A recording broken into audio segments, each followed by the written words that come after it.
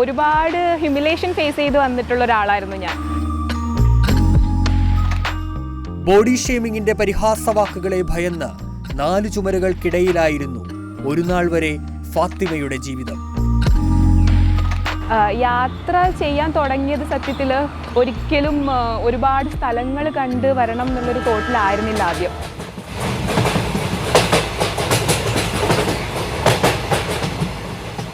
എന്നാൽ ഇന്ന് അതേ പാത്തു എവറസ്റ്റിന്റെ ബേസ് ക്യാമ്പിൽ എത്തി നിൽക്കുകയാണ്.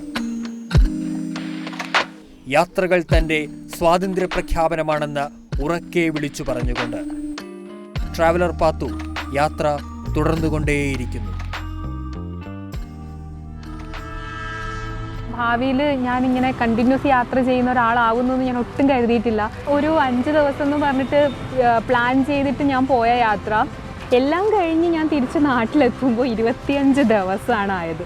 പാത്തുവിന്റെ സ്വതന്ത്ര സഞ്ചാരങ്ങൾ അറിയാക്കഥയിൽ വ്യാഴാഴ്ച രാത്രി 9:30 കേരള വിഷൻ ന്യൂസ്.